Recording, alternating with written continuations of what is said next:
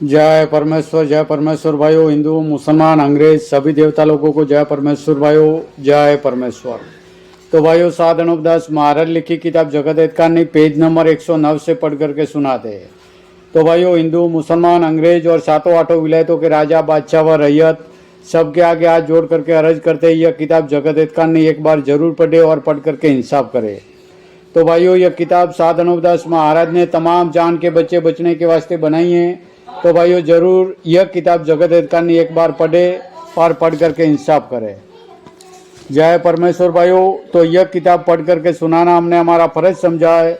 यह किताब परमेश्वर के लेके पढ़ करके सभी संसार के लोगों को सुनाते हैं। जय परमेश्वर भाइयों, जय परमेश्वर। वो किताब मुफीद आम मौसुम ब जगत हित कहानी अज तसनीफ साध अनुपदास मूत वतन मुल्क मारवाड़। यह जगत हित कहानी जिसको श्री अनुपदास प्रिंटिंग प्रेस छावनी अनंतपुरा में छप के प्रसिद्ध किया, तारीख 17 अप्रैल सन 1909 जा वैशाखवती 12 सम्मत 1965। जय परमेश्वर भाइयों।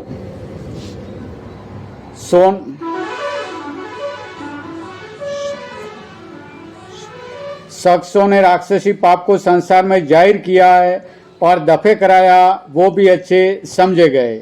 सो भाई मेरे हो, परमेश्वर की जो रचना है सो सब संसार के लोग उतारिए, मगर अपनी अपनी भक्ति का फल अलग अलग है।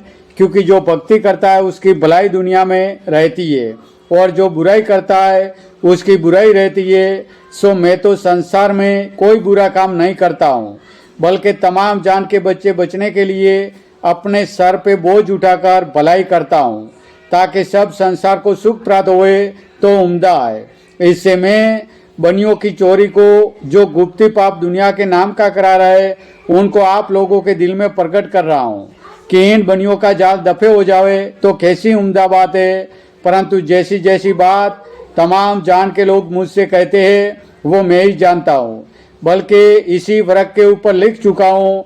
सो बनिए राक्षसी पाप से ऐसी ऐसी बातें सख्त कहलाते हैं, सो उसके सुनने से मेरे दिल में कैसी बुरी आती है। परंतु कुछ भी किसी से नहीं कहता हूँ, बल्कि खुशामंद करके और बनियों के जाल को देख देख के समझाता हूँ, तो भी तमाम दुनिया ख्याल नहीं करती है। सो ये भाइयों, यह ख्याल करने की बात है।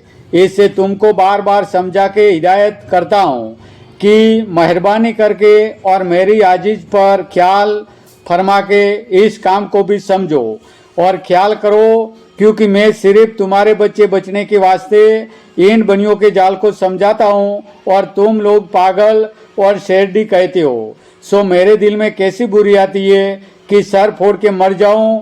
परंतु इस ख्याल से ऐसा नहीं किया जाता कि जो मैं ही इन बनियों के जाल से वाकिफ नहीं करूँगा तो फिर कौन करेगा।